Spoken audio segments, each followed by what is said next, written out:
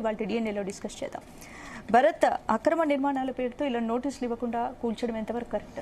అంటే మనం not only Khammam issue అని కాదు, ఇప్పుడు హైడ్రా కూల్చివేతలు తీసుకోండి, మూసీ నదికి సంబంధించి ఇప్పుడు మూసీ రివర్ ఫ్రంట్ నిర్మాణాలు చూసుకోండి. మీరు లాస్ట్లో ఒక స్టేట్మెంట్ అన్నారు, పేదల నిర్మాణాలు కాదు పెద్దల జోలికి పోవట్లేదు అని చెప్పి. అట్లేం లేదు. ఇప్పుడు ఆ మధు పార్క్ రిడ్జ్ అపార్ట్మెంట్ అందరు పెద్దలే కదా, వాళ్ళది కూడా తీసేస్తామని రాజకీయ నాయకులు అంటున్నారు అని చెప్తున్నా. సార్ రాజకీయ నాయకులు అంటే ఇప్పుడు హైదరాబాద్ ఏం చెప్తారంటే మేము ఫస్ట్ కూల్చిందే పల్లన్ రాజు అని చెప్తారు కదా. పల్లన్ రాజు ఎవరు? కాంగ్రెస్ నేత అని చెప్తారు. కానీ ఆ తర్వాత కాంగ్రెస్ మంత్రులకు కూడా చాలా మందికి ఫామ్ హౌసెస్ ఉన్నాయి అక్కడే కదా, గండిపేటలో, హిమాయత్ సాగర్ లో. వాళ్ళని జోలికి వెళ్ళలేదు కాబట్టి ఏదో ముందు చెప్పేసాడు. పల్లన్ రాజు చెప్తారు, నాగార్జున ఎగ్జాంపుల్ చెప్తారు, ఎన్ కన్వెన్షన్ అని చెప్తారు. పెద్దల దానికి కూడా జోలికి పోయామని. పెద్దలు కూడా అని చెప్పలేం. పెద్దల్లో కూడా ప్రతిపక్ష పెద్దలు వేరు, వాళ్ళకి అనుకూలంగా ఉన్న పెద్దలు వేరు, వ్యతిరేకంగా ఉన్న పెద్దలు వేరు. అది ఆలోచించాలి. అర్థమైంది కదా. నాగార్జున అప్పుడు వ్యతిరేకంగా ఉండే, ఇప్పుడు సరే దాన్ని నాగార్జున కూడా సాక్రిఫైస్ చేశారు. నాగార్జున ఇంటి పెళ్లికి రేవంత్ రెడ్డి కూడా వెళ్ళారు. సో పెద్దలు కూల్చివేతలు లేదనేది అది కరెక్ట్ కాదు. పెద్దలు అది ఉండదు. శత్రుపక్షం అయితే పెద్దలైనా కూల్చేస్తారు, గుర్తుపెట్టుకోండి. ఇప్పుడు రెండే పక్షాలు, అధికార పక్షం, ప్రతిపక్షం. ఎవరు అధికారంలో ఉన్నా అంతే. సో ఇక 3-4 ఇష్యూస్ అంటే ఇప్పుడు మన నిర్వాసితులకు సంబంధించిన ఇష్యూస్ వద్దాం. ఒకటేసారి ఖమ్మంలో ఇష్యూ జరిగింది, తర్వాత నిన్న సిటీ శివార్లో కూడా అక్కడ కూడా ఒక ఇష్యూ జరిగింది. హైడ్రా కూల్చివేతలు చూస్తున్నాం. బేసిక్ ఫండమెంటల్ థింగ్స్ ఇక్కడ ఏం జరుగుతుందంటే సరైన నోటీస్ ఇవ్వడం, రెండవది దీనిలో ఎన్క్రోచ్మెంట్స్, ఆక్రమణలు ఎంత మేరకు ఉన్నాయి. సరే ఇప్పుడు ఖమ్మంలో ఈ మొత్తం దాదాపు 32 ఎకరాల్లో ఉందనుకుంటా. టోటల్ 32 ఎకర్స్ ల్యాండ్ ఉంది. ఇంకో 32 ఎకర్స్లో కొత్తగా వేసుకోవాలనుకున్నారు అని చెప్తున్నారు. సో ఇప్పుడు ప్రభుత్వ వెర్షన్ ఏంటంటే కొత్త ఇప్పుడు ఉన్న చోట కాకుండా మిగతా చోట్ల కూడా కొత్తగా అక్కడ మరొక 32 ఎకరాలని దాన్ని ఆక్రమించుకోవాలని చూశారు. దానికోసం గ్రామీణ పేదల సంఘం ఏదో సంఘం ఉంది, వాళ్ళు ఒక్కొక్కరి దగ్గర ₹1,00,000 వసూలు చేసి మీకు ఆ ల్యాండ్ ఇస్తామన్నారని చెప్తున్నారు. అయితే భూదాన్ ల్యాండ్స్కి సంబంధించి కోర్టు దగ్గర జడ్జిమెంట్ ఉంది. ఆ భూదాన్ ల్యాండ్స్ని ప్రొటెక్ట్ చేయాలి, ప్రభుత్వం తీసుకోవాలి. భూదాన్ అంటే గతంలో వినోబా భావే స్వాతంత్ర సమయంలో భూములు దానం ఇవ్వాల్సిందిగా ఆయన కోరాడు. చాలా మందికి ఆ భూదాన్ మూమెంట్కు తెలంగాణలోనే మంచి రెస్పాన్స్ వచ్చింది. భూదాన్ పోచంపల్లి అంటారు, మనం పోచంపల్లి విలేజ్, ఉమ్మడి నల్గొండ జిల్లాలో పోచంపల్లి గ్రామం, దాని పేరే భూదాన్ పోచంపల్లి అంటారు. సో స్వతంత్ర ఉద్యమ సమయంలో భూములు దానం చేయాల్సిందిగా కోరితే చాలా మంచి రెస్పాన్స్ వచ్చింది యజమానుల దగ్గర నుంచి, వాడి దగ్గర నుంచి. అయితే అవి అన్యాక్రాంతం అవుతున్నాయి. కోర్టు జడ్జిమెంట్ ఇచ్చింది వాటిని ప్రొటెక్ట్ చేయాలని చెప్పి. సో ఈ 32 ఎకరాల్లో ఆల్రెడీ దాదాపు 13-14 సంవత్సరాలుగా గుడిసెలు వేసుకుని ఇల్లు కట్టుకుని చాలా మంది ఉంటున్నారు. ఎస్, మరొక 32 ఎకరాలని కొత్తగా కబ్జా చేయాలని చూశారన్నది ప్రభుత్వ ఆర్గ్యుమెంట్. ఇది 2018లో కూడా బీఆర్ఎస్ ఉన్నప్పుడు కూడా ఆ 32 ఎకరాలు వాళ్ళ స్వాధీనంలోకి తీసుకోవాలని చూశారు. ఇప్పుడు కేటీఆర్ వెళ్ళారు, కానీ ఆ 32 ఎకర్స్ వాళ్ళు బీఆర్ఎస్ లో ఉన్నప్పుడు కూడా ప్రభుత్వం స్వాధీనంలోకి తీసుకోవాలని చూసిందన్నది ఇంకో రకమైన ఆర్గ్యుమెంట్.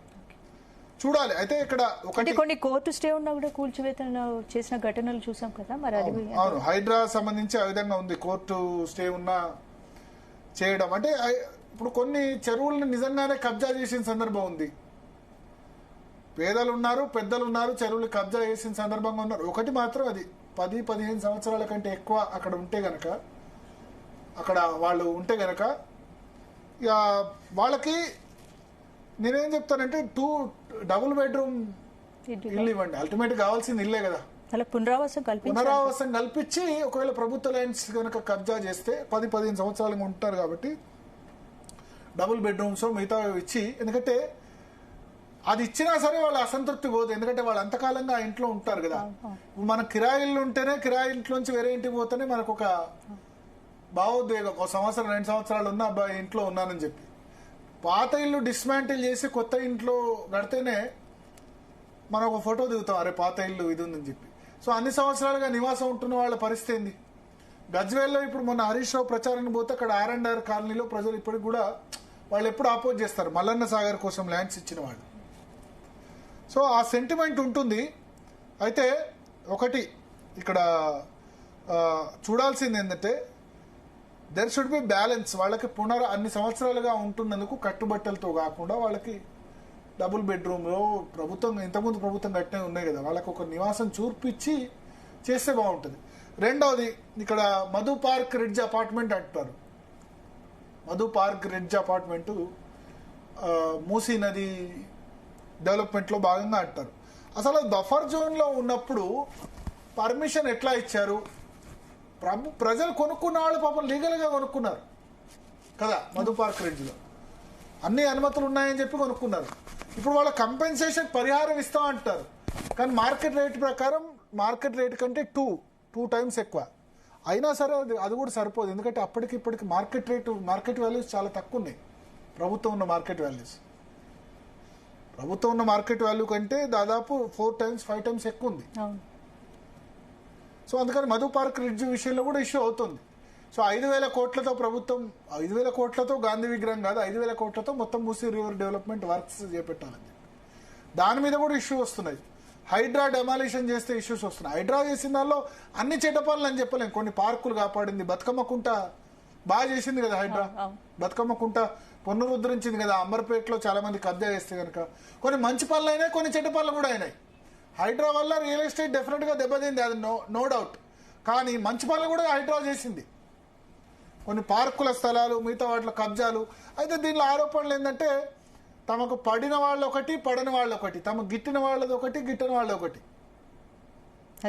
ఇప్పుడు ఓఐసీ ఉన్నాడు, ఓఐసీ కాలేజ్ ఎక్కడ ఉంది కదా, చెరువు పక్కన ఉంది. వాళ్ళ మీద ఏమైనా యాక్షన్ తీసుకున్నారా? తీసుకుంటే ఓఐసీ వచ్చి ఏమన్నాడు మొన్న, రెడ్ అయినా రావైనా మా ఇంటికి రావాల్సిందే అన్న డైలాగ్ రిపీట్ చేస్తాడు. అంతేనా? వాళ్ళ ఇంటికి పోవాల్సిందే తప్ప వాళ్ళ కాలేజీని కూలగొట్టే దమ్ముందా ఈ ప్రభుత్వానికి? ఉందా? రేవంత్ రెడ్డి ప్రభుత్వానికి ఉందా ఓఐసీ కాలేజీ కూలగొట్టే దమ్ము? అందుకనే పెద్ద చిన్న అని కూడా కాదు ఇక్కడ. ఓఐసీ ముడితే ఇక్కడ ఏమంటారు, ముస్లిం ఓట్లు రావు. అంటే ఓఐసీ ఎంత తప్పు చేసినా ఓట్ల కోసం, ముస్లిం ఓట్ల కోసం కాంగ్రెస్ పార్టీ అయినా లేదా అంతకుముందు ఉన్న బీఆర్ఎస్ అయినా ఏదైనా చేయాల్సిందే, వాళ్ళ కాళ్ళైనా మొక్కాల్సిందే, అంతే కదా. ఇప్పుడు హైడ్రాకు పెద్ద పేద అన్నది కాదు, అక్కడ బెదిరించిన వాడిదే రాజ్యం, బడితే ఉన్న చోటనే అది అన్న విధంగా. కానీ పేదలకు ప్రత్యామ్నాయ గృహవసతి కల్పించకుండా కూల్చేయడం కరెక్ట్. ఎస్, అదే ఇక్కడ తప్పు.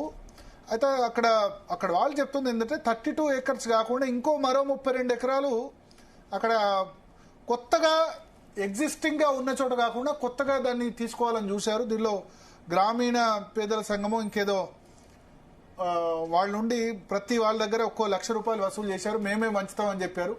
అంతకుముందు ఏంటంటే కొద్దిమంది గుడిసెలు వేసి వాళ్ళే పంచేసేది. దున్నేవాడిదే భూమి, ఓకే, ఇవన్నీ ఒకప్పటి నినాదాలు. దున్నేవాడిదే భూమి అంటే ఇప్పుడు ఎవరు కౌలుకి ఇవ్వట్లా, అవునా? దున్నేవాడిదే భూమి అంటే కిరాయి కట్టేవాడిదే ఇల్లు అంటే ఒప్పుకుంటారా? కిరాయి ఉండేవాడిదే ఇల్లు అంటే ఒప్పుకుంటారా? ఇవన్నీ పాతవి. యాక్చువల్గా ప్రాక్టికబుల్ పాసిబులా? 10 సంవత్సరాలు మీ ఇంట్లో కిరాయి ఉండే ఇల్లు నాదంటే ఒప్పుకుంటారా? ఎవరైనా ఒప్పుకుంటారా? కాదు కదా. చెప్పడానికి బాగుంటాయి ఇవన్నీ, దున్నేవాడిదే భూమి అని చెప్పి. దున్నేవాడిదే భూమి అంటే ఇప్పుడు అసలు ఎవరు కౌలు పత్రాలు ఇవ్వట్లే, కౌలుకి ఇవ్వడానికి భయపడుతున్నారు. రైతు బంధు వాళ్ళకే పడుతుంది కదా. అనుభవదారు కాలం తీసేశారు బీఆర్ఎస్ టైంలో. కాంగ్రెస్ వాళ్ళు వచ్చి పునరుద్ధరిస్తామన్నారు. పునరుద్ధరిస్తే రెడ్లు ఓట్ల వెలుమ ఓట్లు పడతాయా? సో ఇవన్నీ ఇష్యూస్ ఉన్నాయి, మాట్లాడదాం. మనతో పాటు సిపిఐ